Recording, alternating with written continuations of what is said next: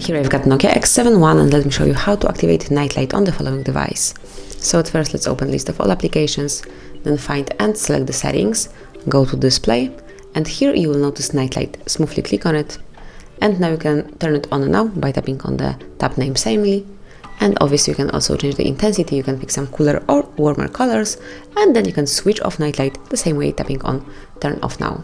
You can also schedule your dark dim, simply click on schedule, and you can pick either from sunset to sunrise or at custom time. So here smoothly provide the hours, so it can be between 11 and 5 a.m.